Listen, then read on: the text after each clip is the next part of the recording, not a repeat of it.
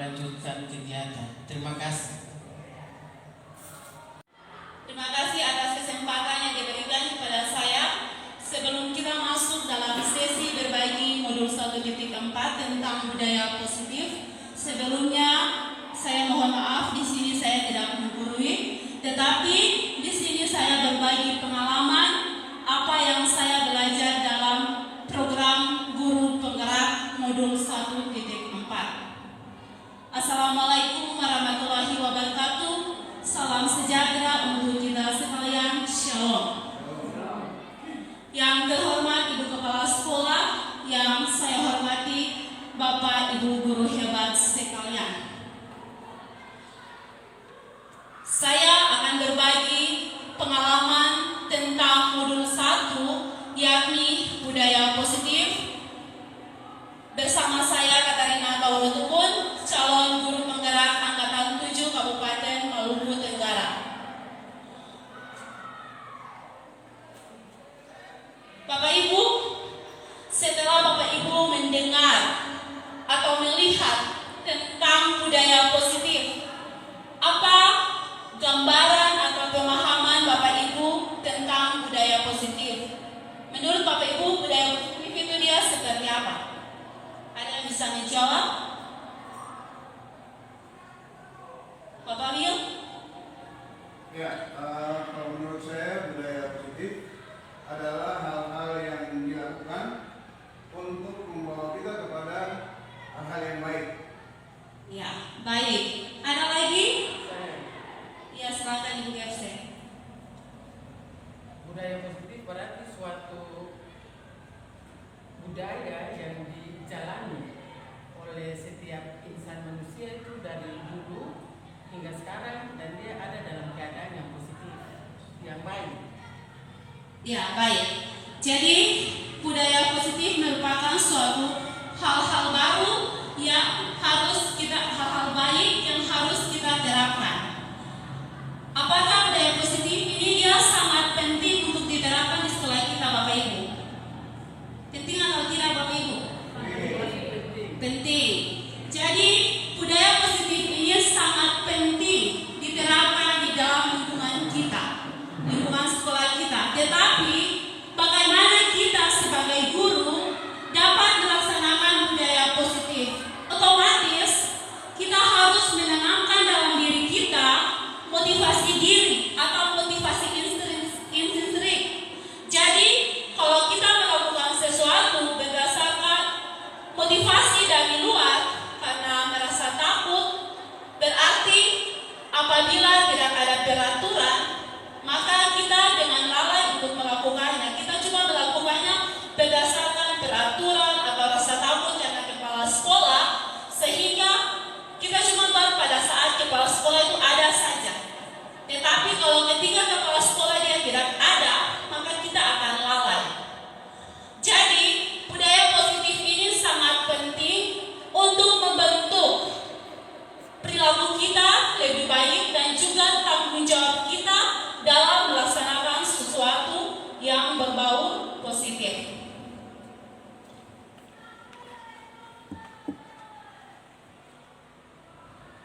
Jadi, konsep-konsep inti dalam budaya positif yang saya berbagi dengan Bapak Ibu sekalian. Yang pertama, perubahan paradigma belajar. 2, disiplin positif. 3, motivasi perilaku manusia. 4, kebutuhan dasar. 5, posisi kontrol manusia. 6, keyakinan kelas. Dan yang ke-7, segitiga restitusi.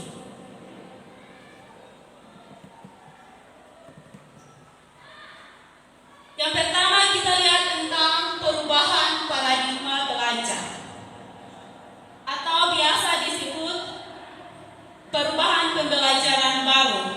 Jadi, proses pembelajaran atau paradigma belajar baru ini dia memastikan praktek pembelajaran yang berpusat pada murid. Ini sesuai dengan filosofi Ki Hajar Dewantara, yaitu kita harus menuntut, kita sebagai guru harus menuntut anak itu berdasarkan dia punya kodrat, berdasarkan pada kebutuhan anak itu sendiri. Sehingga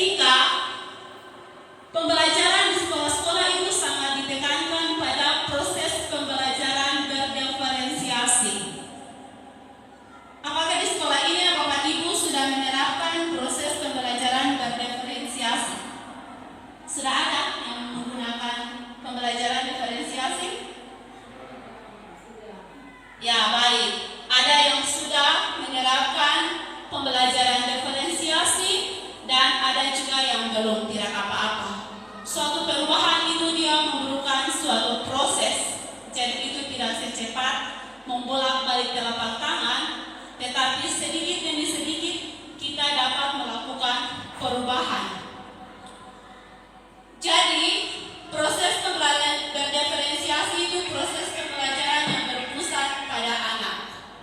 Sebelum kita melakukan proses pembelajaran berdiferensiasi, apa yang pertama kali kita lakukan dulu? Ibu Lili?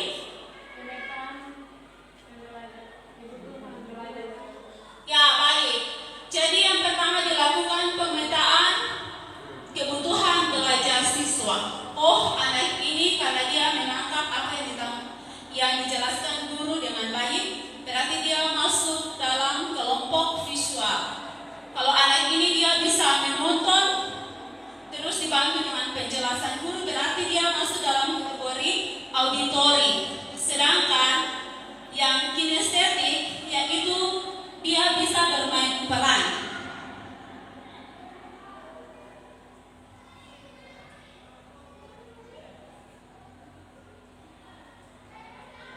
Berkaitan dengan perubahan paradigma, di sini akan kita lihat tentang miskonsepsi tentang teori kontrol.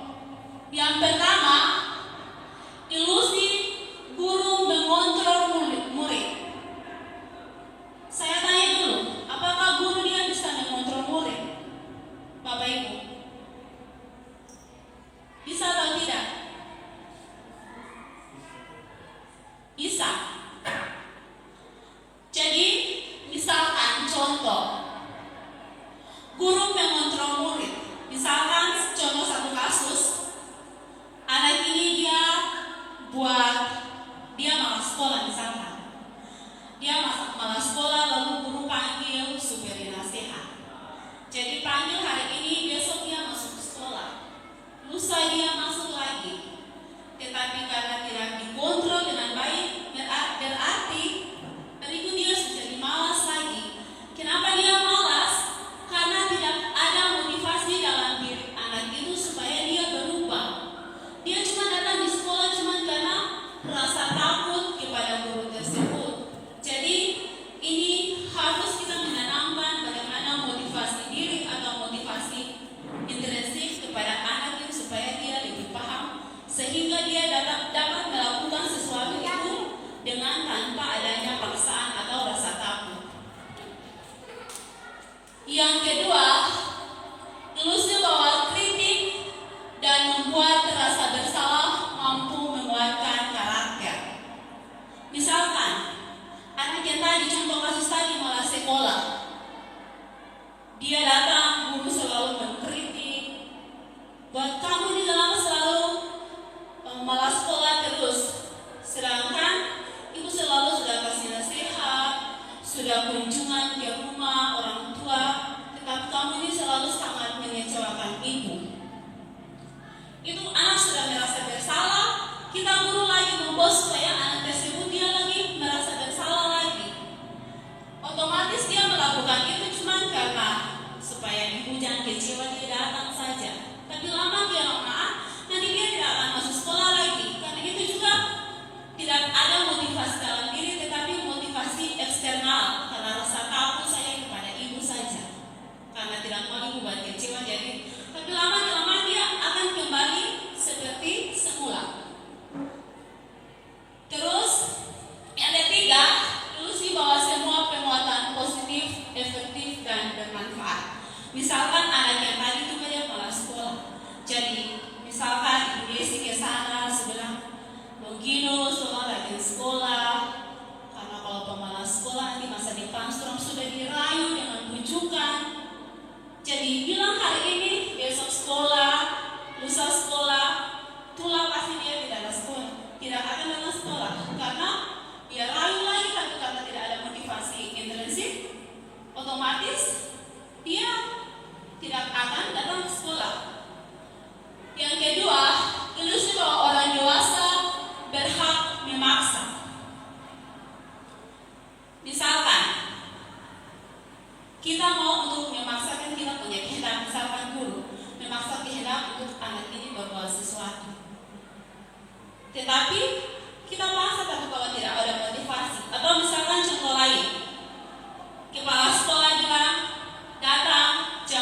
harus semua sudah ada di sekolah.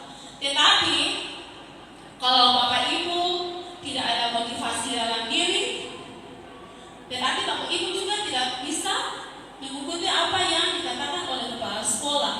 Jadi Bapak Ibu, motivasi di dalam diri itu dia sangat penting, karena tanpa adanya aturan, tanpa adanya paksaan, kalau ada motivasi dalam diri berarti kamu bisa melaksanakan itu. Tetapi karena rasa takut, kepala sekolah selalu ada, jadi kepala sekolah jam 7 sudah ada, berarti saya harus ke sekolah sebelum jam 7. Tetapi ketika kepala sekolah dia tidak ada, berarti otomatis Bapak Ibu tidak akan jam 7. Betul atau tidak? Itu karena motivasi ekstrinsik, itu motivasi dari luar, rasa takut kepada kepala sekolah. Tetapi Bapak Ibu harus menanamkan motivasi intrinsik di dalam diri Bapak Ibu. Jadi Bapak Ibu juga bisa berbagi motivasi intrinsik ini kepada siswa supaya siswa dalam memiliki kesadaran akan motivasi intrinsik atau diri.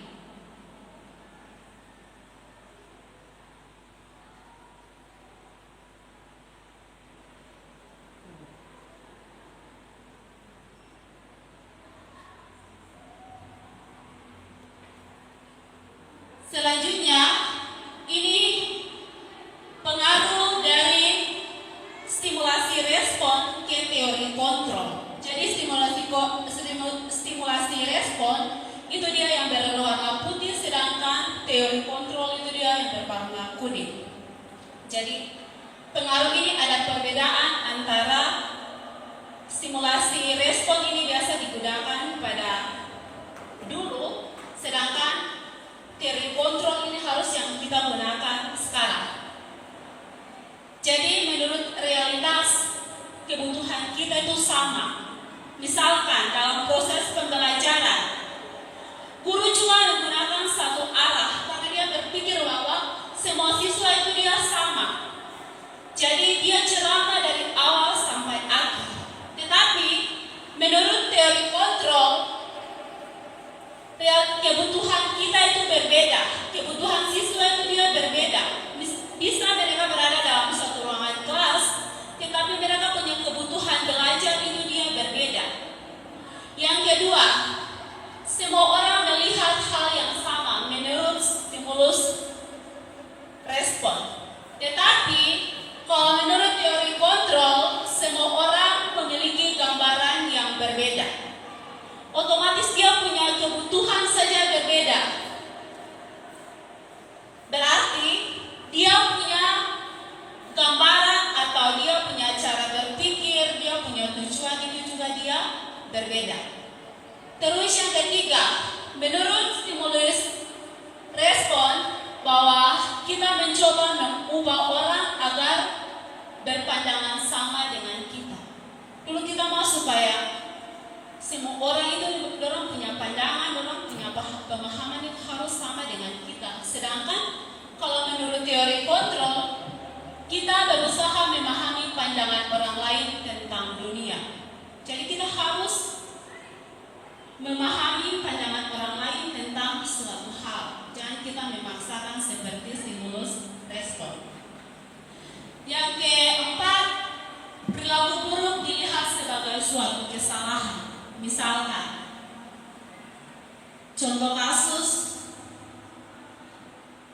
anak ini dia di kelas tidak menerima pembelajaran dengan baik. Itu kita sudah mencap bahwa anak itu dia anak yang kurang baik atau apa. Itu menurut stimulus respon. Tetapi kalau menurut teori kontrol, semua perilaku memiliki tujuan. Jadi entah anak itu dia berperilaku baik atau buruk, pasti dia punya alasan ada. Jadi kita sebagai guru, ketika anak itu membuat suatu kesalahan, kita panggil, tanya dulu kenapa dia berbuat begini. Pasti dia akan mengungkapkan alasannya. Dari alasan, kita sama-sama mencari solusi agar anak tersebut dia tidak seperti begitu lagi.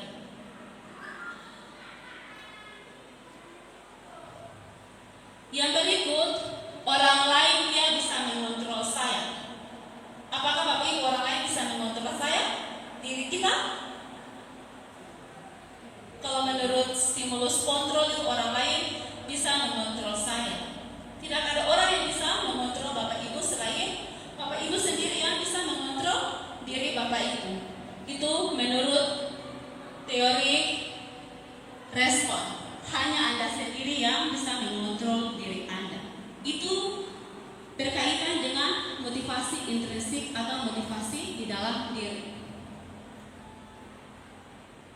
yang berikut, saya bisa mengontrol orang lain menurut teori stimulus kontrol.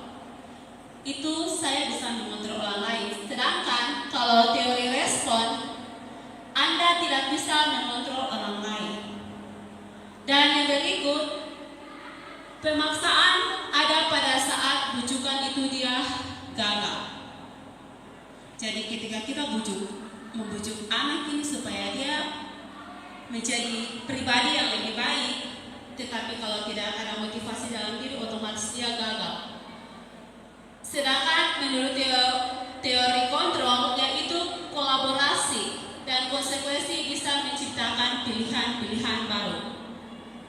Jadi ketika anak itu dia membuat satu kesalahan, berarti kita kolaborasi dengan anak itu, kita melakukan komunikasi bahwa kenapa dia seperti itu, alasannya dia apa, jadi solusinya dia seperti begini.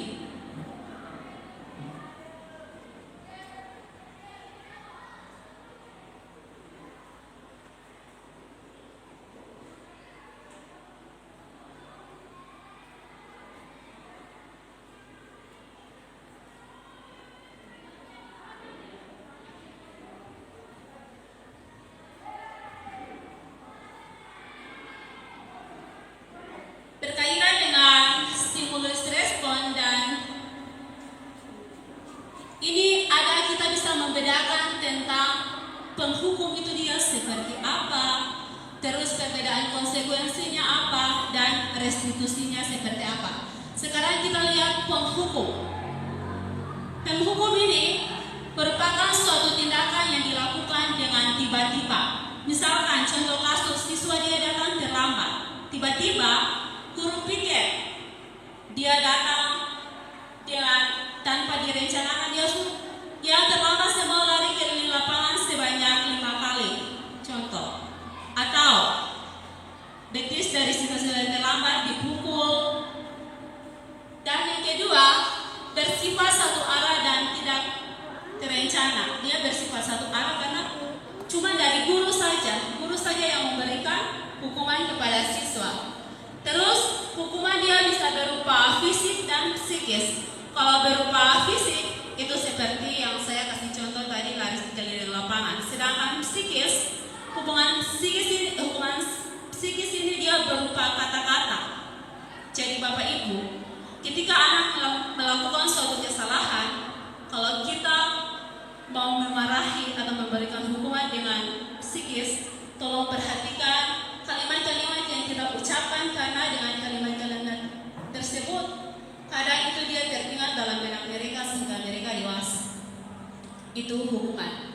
Sedangkan konsekuensi itu dia terencana dan disepakati bersama. Misalkan contoh kasus terlambat tadi, kan sudah ada aturan sini, kalau siswa terlambat berarti dia harus pilih kotor di halaman. Jadi ini kita sudah tahu, oh kalau terlambat berarti dia punya konsekuensinya pilih kotor di halaman sekolah. Sedangkan restitusi ini saya baru temukan ketika mempelajari dan masuk dalam pendidikan guru penggerak. Jadi proses restitusi adalah proses menciptakan kondisi murid untuk memperbaiki kesalahannya sehingga mereka kembali ke kelompok mereka dengan karakter yang lebih baik.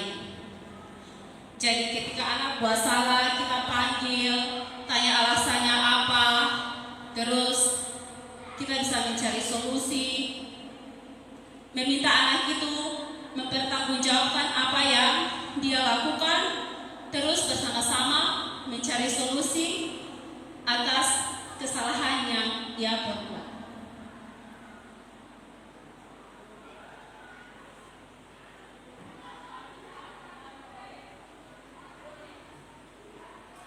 Bapak Ibu, sebelum masuk pada disiplin positif, saya mau tanya, menurut pendapat Bapak Ibu, itu disiplin itu dia seperti apa?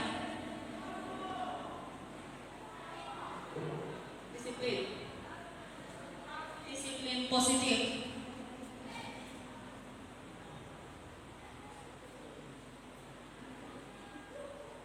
Ada yang bisa menjawab?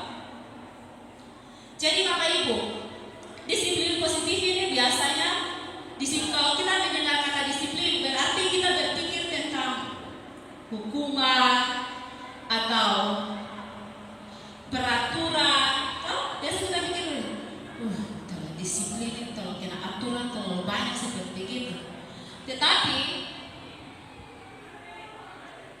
ini menurut dua pakar pendidikan, yaitu Ki Hajar Dewantara dan Dian Gosen, itu disiplin positif sebagai bentuk kontrol diri, yaitu belajar mengontrol diri kita agar mencapai tujuan yang mulia. Misalkan kita berbicara mengontrol diri berarti motivasi intrinsik atau motivasi diri. Jadi kita sudah motivasi dalam diri biar orang membuat apa di luar, tapi kita mampu untuk mengontrol diri kita bahwa tidak bisa kita ikut itu karena nanti dia berakibat fatal. Contoh kasus seperti siswa. Misalkan ada siswa tawuran. Ada sebagian siswa yang tidak bisa mengontrol dirinya, berarti mereka mengikuti tawuran. Tapi kalau siswa yang bisa mengontrol dirinya, berarti dia tidak akan mengikuti tawuran tersebut. Jadi tujuan mulia di sini mengacu pada nilai-nilai dan prinsip mulia yang dianut seseorang yang disebut dengan nilai-nilai kebajikan. Jadi nilai-nilai kebajikan ini dia dimaksudkan yaitu profil belajar Pancasila. Jadi ada 7 profesi belajar manusia, yaitu yang pertama beriman dan bertakwa kepada Tuhan yang Maha Esa. Itu kita membimbing anak supaya dia memiliki iman dan ketakwaan kepada Tuhan yang Maha Esa. Yang kedua, berkebenaran global. Yang ketiga, berakhlak mulia. 4, gotong royong. Gotong royong bukan cuma hanya gotong royong dalam kerja bakti, tetapi gotong royong ini juga dia lebih kepada kolaborasi, baik antara guru dengan murid atau murid dengan murid. Terus bisa menciptakan siswa yang bermandiri, bernalar kritis, dan kreatif.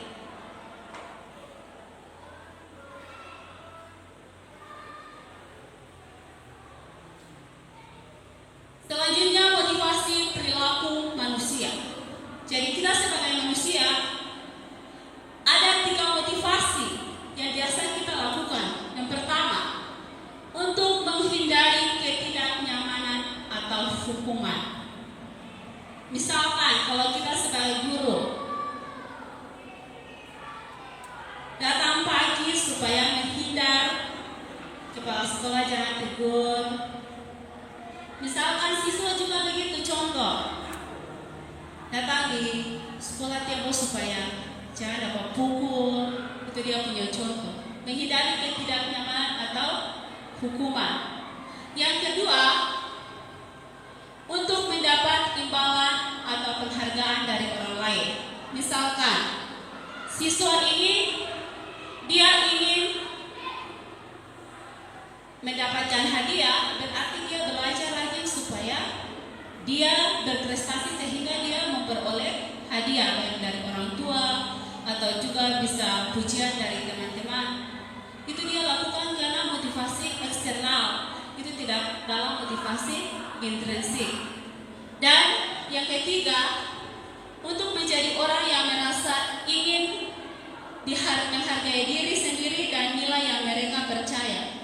Kalau kita ingin supaya diri kita ini dihargai, kita menghargai diri sendiri, berarti kalau disuruh datang tempo ya datang tempo toh, kita harus ada motivasi dalam diri supaya kita tidak ditegur.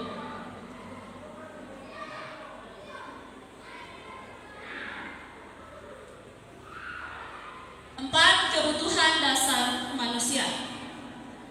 Seluruh tindakan manusia memiliki tujuan tertentu. Jadi semua tindakan kita, baik itu tindakan yang baik atau salah, itu dia memiliki tujuan.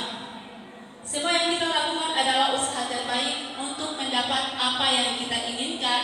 Ketika kita mendapat apa yang kita inginkan, sebetulnya saat itu kita sedang memenuhi satu atau lebih dari satu kebutuhan dasar manusia. Jadi di sini ada 4 kebutuhan dasar kesenangan, cinta dan kasih sayang. 2, kebebasan dan penguasaan.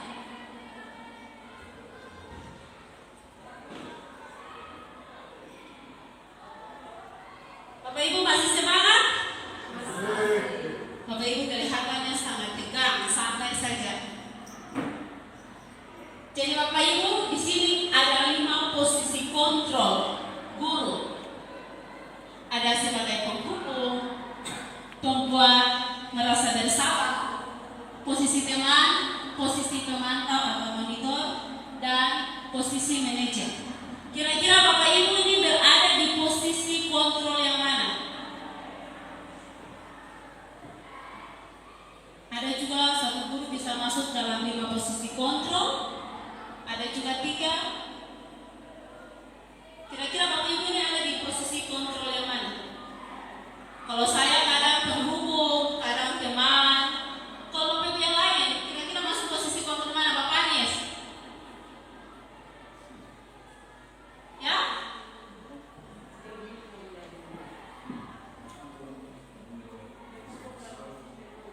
Kalau Bapak Bin?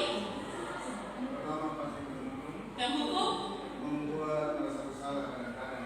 Kadang-kadang membuat merasa bersalah. Sesuatu dia terus melakukan sesuatu yang tidak benar, maka kita mungkin membuat sesuatu yang membuat supaya siswa itu dia merasa bersalah. Lalu di kemudian hari mungkin bisa memperbaiki sehingga tidak lagi dicap sebagai dia membuat seorang sebagai seperti. Tapi bisa juga pada saat tertentu bisa sebagai teman. Ya. Nah, itu pada saat tertentu. Kemudian juga sebagai pemantau dalam arti pemantau atau monitor. Misalnya memberikan tugas atau kepada siswa, kita kan bisa memantau atau memonitor perkembangan dari misalnya tugas atau proyek yang diberikan. Bisa juga di kelas sebagai manajer juga, tapi ternyata posisi manajer itu tidak cocok ya. Dia lebih cocok kepada pimpinan misalnya kepala sekolah atau karena kita di kelas itu bukan sebagai manajer tapi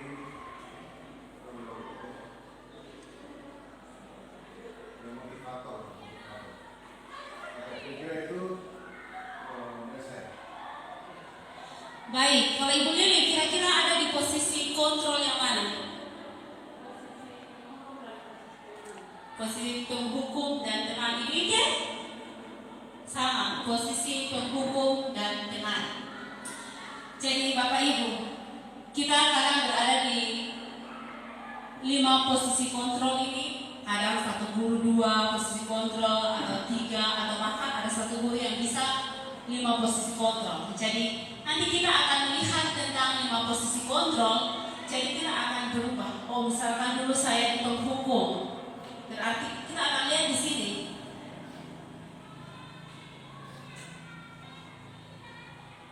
Yang pertama, posisi kontrol penghukum. Itu kadang ada suara yang tinggi, emosian, menghardik, menunjuk-nunjuk, dan mata dia melotot. Kau tahu kalau penghukum berarti ada suara itu tinggi, memang tinggi betul. Jadi kata-kata biasa yang dikeluarkan, misalkan ini saya ambil salah satu contoh kasus saja, misalkan kasus terlambat, siswa terlambat. Biasa kata-kata begini, kamu selalu saja datang terlambat, awas ya. Berarti kamu selalu saja datang terlambat, awas ya. Berarti kita kan gaya seperti begitu toh kalau sebagai penghukum. Yang kedua, membuat merasa bersalah. Nada suaranya cenderung lembut, tenang, namun kata-katanya menyalahkan murid. Contoh kasus sama itu terlambat. Jadi siswa dia datang terlambat, lalu guru pikir dia bilang begini, senangnya bikin ibu susah. Ibu bisa jantungan kalau ditegur kepala sekolah. Kau guru pikir karena setiap hari bikin aja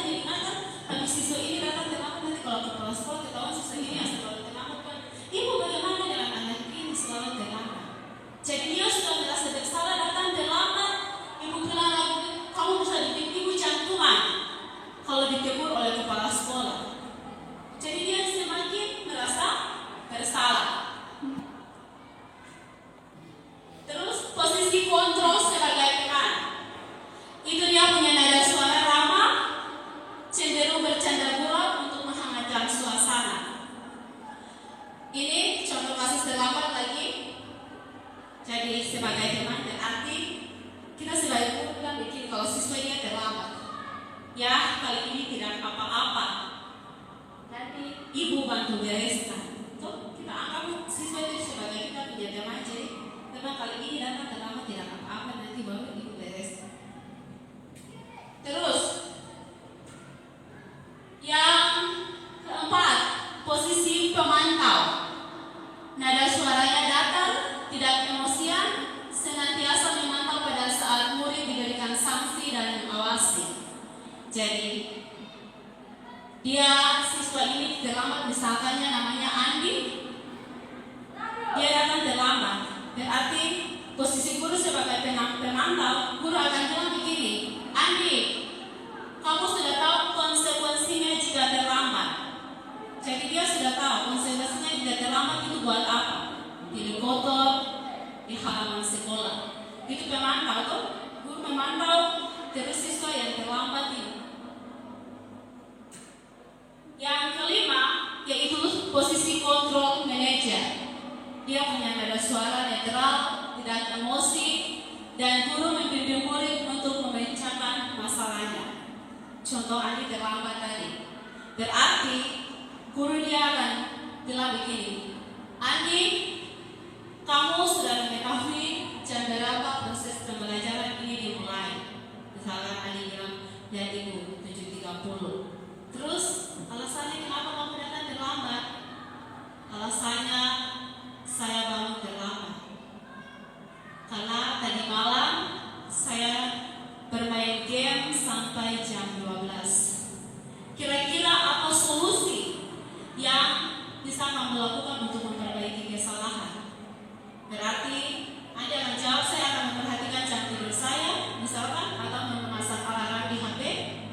Itu dia punya solusi atau jalan keluarnya seperti ini. Jadi Bapak Ibu, di antara 5 posisi kontrol ini, posisi yang paling ideal yaitu posisinya sebagai manajer. Jadi ketika anak melakukan suatu kesalahan, kita jangan langsung mencapai anak itu dia gagal, tetapi kita memanggil lalu mencari solusi supaya dengan begitu anak itu dia akan memperbaiki kesalahan yang dia buat tadi. Sampai sini masih semangat? Mari kita berikan aplaus yang meriah dulu.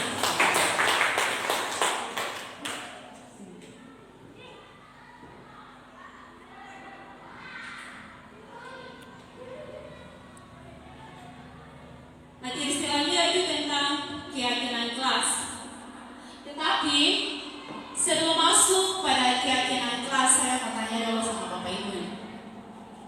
Setiap pengendara bermotor itu mereka biasanya menggunakan helm. Mengapa? Bapak Anies kok selalu setiap hari dengan motor, mengapa selalu menggunakan helm?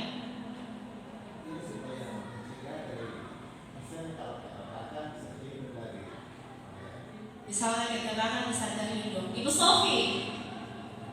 Terima kasih.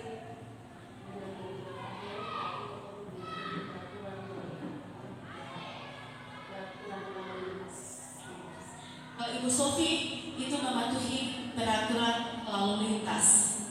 Jadi ya, setiap pengendara bermotor itu dalam menggunakan helm. Karena apa?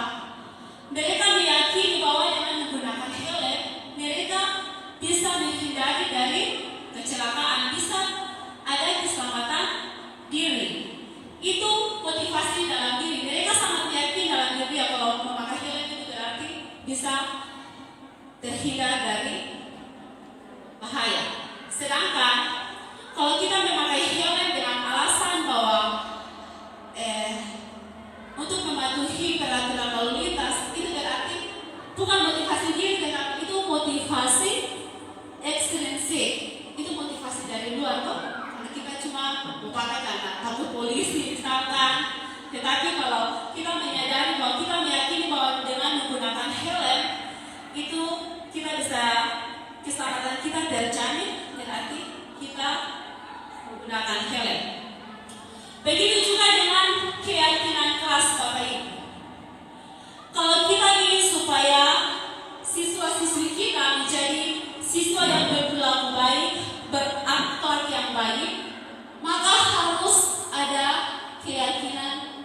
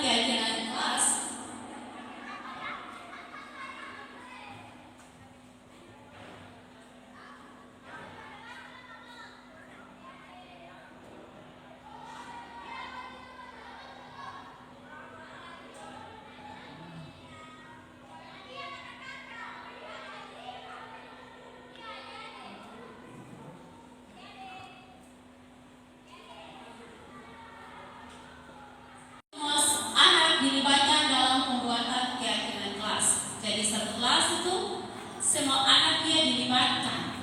Jadi pada saat itu guru membagi kertas kecil kepada setiap anak, lalu anak disuruh tulis salah satu keyakinan dia. Setelah menulis, maka kertas itu akan ditempelkan di papan tulis. Setelah ditempelkan, guru dia akan menyortir. Oh, kalau ada yang punya sama berarti dia akan cabut satu-satu supaya memilih, karena keyakinan kelas ini memilih salah satu. Terus pernyataan dalam bentuk positif. Pernyataan dalam pembuatan keyakinan itu dia dalam bentuk positif. Misalkan biasa kita dilarang membuang sampah sembarangan. Kalau dilarang itu kan dia negatif tuh. Jadi kalau untuk yang positif berarti jagalah kebersihan kelas. Itu harus begitu, positif. Jadi tidak boleh ada kata dilarang, tidak boleh, itu tidak boleh. Terus yang ketiga, tidak terlalu banyak. Keyakinan kelas itu dia tidak perlu banyak-banyak. 3-5 itu sudah cukup. Untuk apa? Untuk peserta didik ini dorang bisa memahami dengan baik tentang keyakinan kelas. Kalau peraturan kelas dia banyak itu tidak apa-apa, tapi keyakinan antara 3-5 saja. Yang keempat, bersedia meninjau kembali dari waktu ke waktu. Jadi ketika anak dia buat kesalahan, berarti kita sebagai guru, oh masih ingatkah dengan peraturan kelas? Dia begitu. Kamu melakukan pelanggaran terhadap keyakinan kelas yang nomor berapa? Solusinya seperti apa?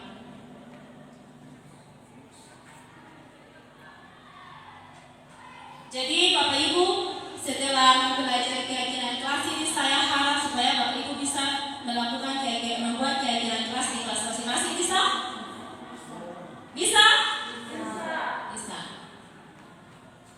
Yang ketujuh yaitu segitiga restitusi. Segitiga restitusi ini juga hal baru yang saya dapat di pendidikan guru penggerak. Jadi segitiga restitusi ini ada 3 tahapan. Yang pertama, menstabilkan identitas. Yang kedua, validasi tindakan yang salah. Dan yang keempat, menanyakan keyakinan. Jadi kita akan lihat tentang 3 tahapan dalam segitiga restitusi. Jadi segitiga restitusi adalah proses menciptakan kondisi bagi murid untuk memperbaiki kesalahannya.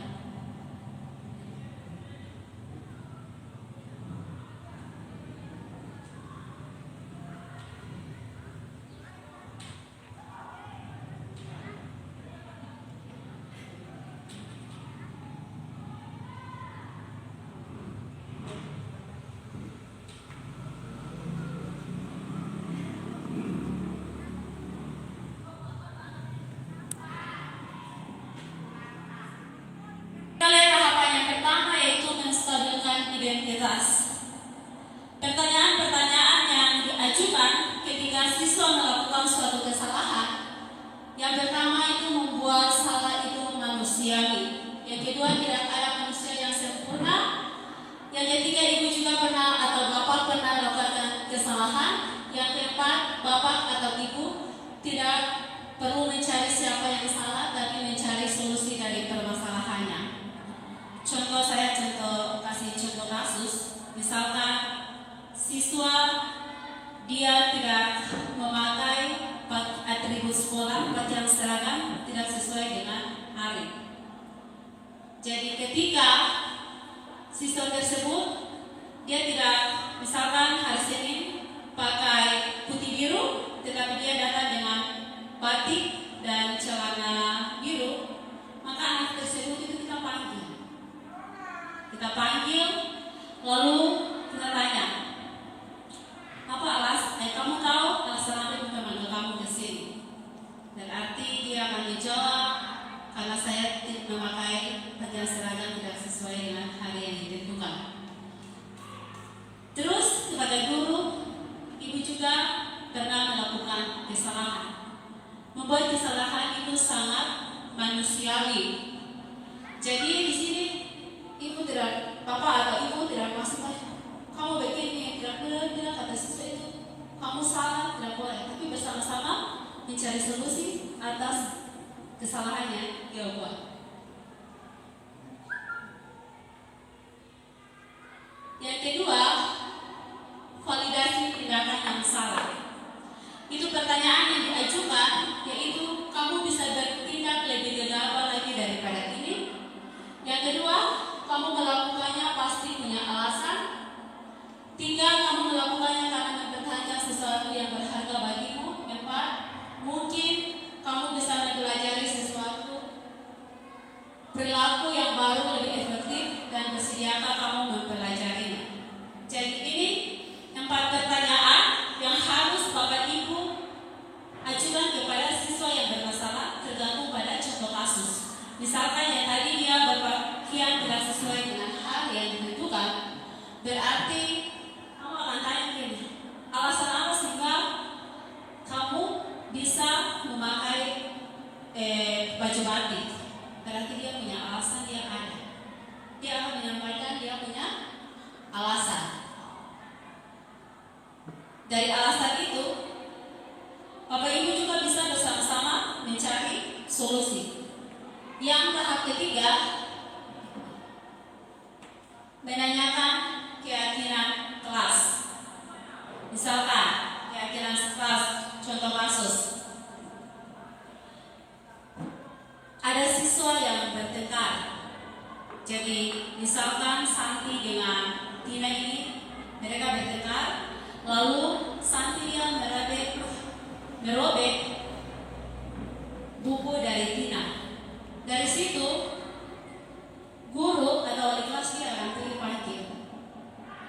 Tanya alasan apa, terus kamu tahu bahwa kamu telah melakukan kesalahan melanggar keyakinan kelas. Berarti dia jawab dengan dia. Itu nomor berapa? Keyakinan kelas yang nomor berapa yang kamu langgar. Berarti kalau dia menjawab, berarti sama-sama mencari solusi. Jadi Bapak Ibu, pertanyaan-pertanyaan ini bisa diajukan sesuai dengan masalah-masalah dari peserta didik.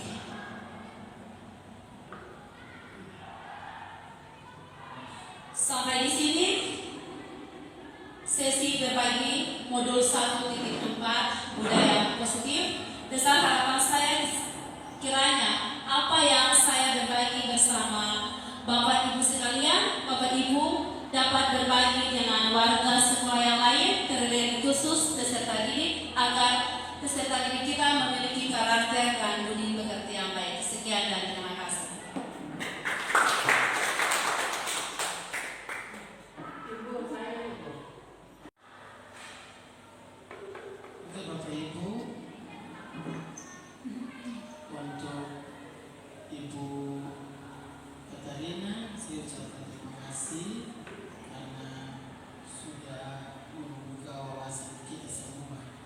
Walaupun di dalam materi yang Ibu Ica sampaikan tadi itu, pada umumnya kita selaku seorang guru itu kita sudah membuatnya di dalam kehidupan kita sebagai guru di lembaga pendidikan yang kita percaya.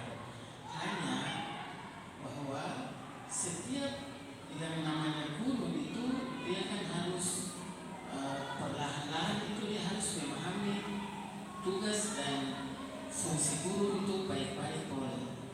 Jadi sebenarnya kesimpulan terakhir yang itu ya Bapak Ibu. Untuk itu dari materi yang disampaikan oleh Ibu Ince tadi itu, terutama guru-guru junior guru-guru junior, tolong diperhatikan dengan baik. Tidak menutup kemungkinan juga untuk kami guru-guru senior. Yang seharusnya yang guru-guru senior itu yang jadi pola anu bagi guru-guru junior ini. Lalu di dalam kehidupan kita menjalankan tugas sebagai guru itu kita harus berbagi. Kalau misalnya teman yang belum memahami apa-apa harus mencari solusi dengan harus bersinergi dengan teman-teman yang lebih tahu supaya sesuatu yang baik itu selalu ada pada kita punya diri. Kalau sudah ada budaya yang baik ada pada kita punya diri, maka di sekolah pasti tercipta akan hal itu. Maka itu. Jadi hari ini Ibu Ice di sisi lain beliau menyampaikan materi untuk menyelesaikan tugas yang diberikan oleh Kementerian Pendidikan melalui fungsinya sebagai guru penggerak. Dia juga sudah memberikan ilmu yang baik untuk kita. Semoga kedepannya itu kita sekalian secara individu tidak dipaksa untuk harus langsung berubah, tapi sedikit demi sedikit membudayakan diri sehingga menjadi orang yang memiliki budaya positif di sekolah, sehingga mungkin ada perubahan di sekolah ini. Untuk itu teman-teman, kita memberikan tepuk tangan yang semangat untuk terima kasih. Dan saran saya lagi kepada teman-teman bahwa mungkin di antara teman-teman ada lagi yang bisa mendaftar diri sebagai guru penggerak, terutama yang guru-guru muda, baik ASN maupun non-ASN. Itu saja. Terima kasih.